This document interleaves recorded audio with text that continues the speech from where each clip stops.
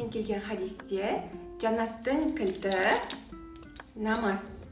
Ал намаздың кілті тазалану деп айтылған.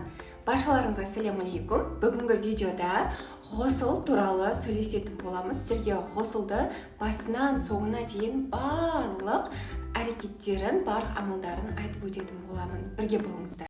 Ғұсылдың терминдік мағынасы денені тазалану үшін толығымен сумен жуу деген мағынаны білдіреді. Ғұсыл қай кезде алынады? Бірінші, ер адамдарда жыныстық қатынасқа түскен кезде ғұсыл алынады. Екінші, ер адамдар қозған кезде немесе жаңағыдай сперма бөлінеді олардан сондай кезде ғұсыл алынады. Үшінші, ер адам түсінде осындай жыныстық қатынасқа түсіп, оянғаннан кейін осындай спермалар бөлінсе, тағы да ғұсыл алу қажет. Ал әйел адамдарда ғұсыл қай кезде алынады? Хайыз, яғни орысшалап айтқанда месячный дейді ғой, сол біткеннен кейін ғұсыл алу қажет. Екінші, нифас жағдайы, яғни әйел адам босанғаннан кейін қан келеді, сол қан тоқтаған кезде ғұсыл алу қажет.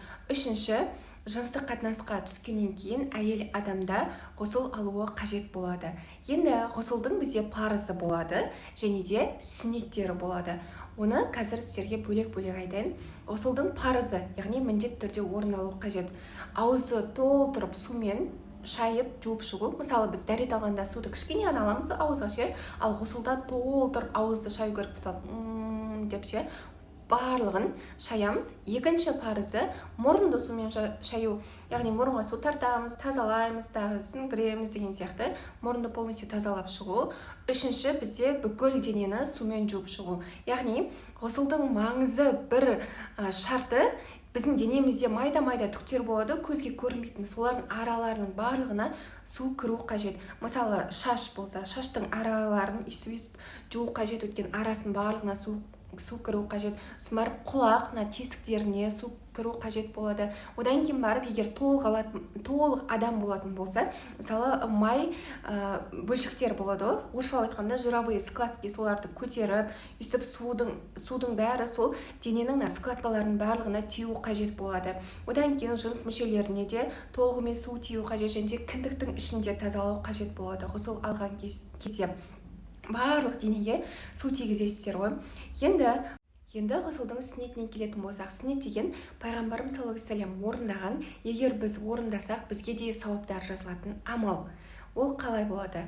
Бірінші, ниет еттім ғұсыл алуға деп іштей айтасыз. Екінші, бисмиллах дейсіз. Үшінші, жыныс мүшелерін жуасыз. Егер ол таза болса да, алдын, артын жақсылап жуып шығасыз.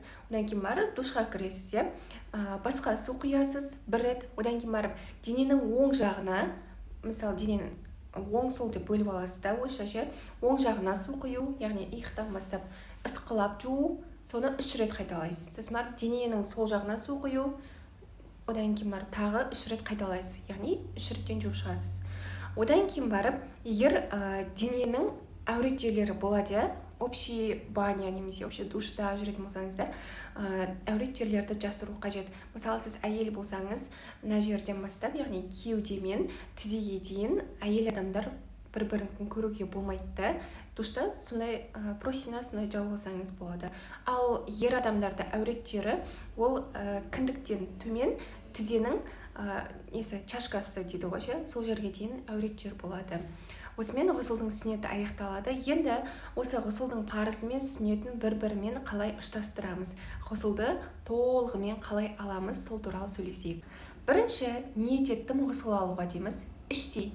Екінші, қолды жуамыз.